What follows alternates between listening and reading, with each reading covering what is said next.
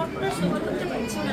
10 বছর ধরে হচ্ছে, এখন বর্তমান 5 বছর পর 5 বছর প্রচুর A case of rheumatoid arthritis, polyarthritis, pain relief by hot application. এসব ছিল। The constitutional medicine was Pulsatilla. I had prescribed Pulsatilla from 1 to 6, the patient was better. Followed by 7, 8, 9, 10, patient was better. Today the patient has come with aggravation of pain.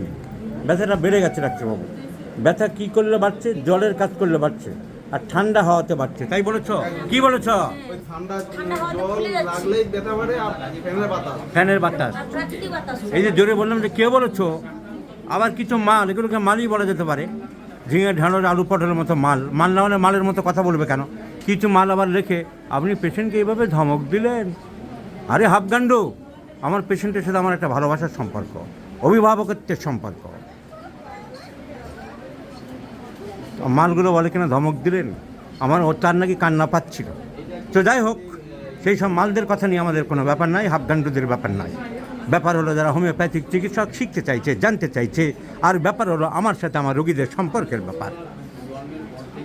ঠিক কিনা? ঠান্ডা হতে বাড়ছে, গরম সেক দিলে কমছে, জলের কাজ করলে বাড়ছে। সো দ্য মেডিসিন ইজ কান কেটে দেবো বুড়ো তোমার।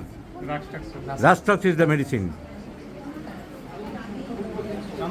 করতে পারে না, ওই শ্যাম্পু সাবান করতে পারে না। জলের কাজ করলে বাড়ছে, কিন্তু পরিষ্কার পরিচ্ছন্ন থাকতে ভালোবাসি। পেশেন্টের সবসময় শীত করছে। সো রাস্টক্সিন 50 মিলিসিমাল square medicines I have given. আগের ওষুধটা বন্ধ থাক। So this is called the acute exacerbations of the chronic diseases. এখন আমাকে অ্যাকিউট ডিজে অনেক ডাক্তার কী করে, যে না ঠিক আছে ওইটাই চলবে, কিন্তু রোগীর কষ্ট হচ্ছে, তাকে রিলিফ দিতে হবে, এখন অ্যাকিউট মেডিসিন দিতে হবে। দিনে 4 বার করে খাবে, সকালে 7টা, দুপুর 12টা, বিকেল 5টা, রাত 10টা। আগের ওষুধটা এখন বন্ধ রাখো, ওটা আবার পরে চলবে। কিন্তু আমাকে রাস্টক্সের রোগী সারাতে পারবে না।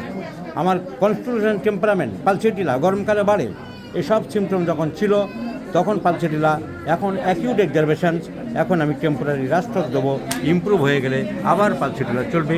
এটাই শেখানোর জন্য এই ভিডিওটি।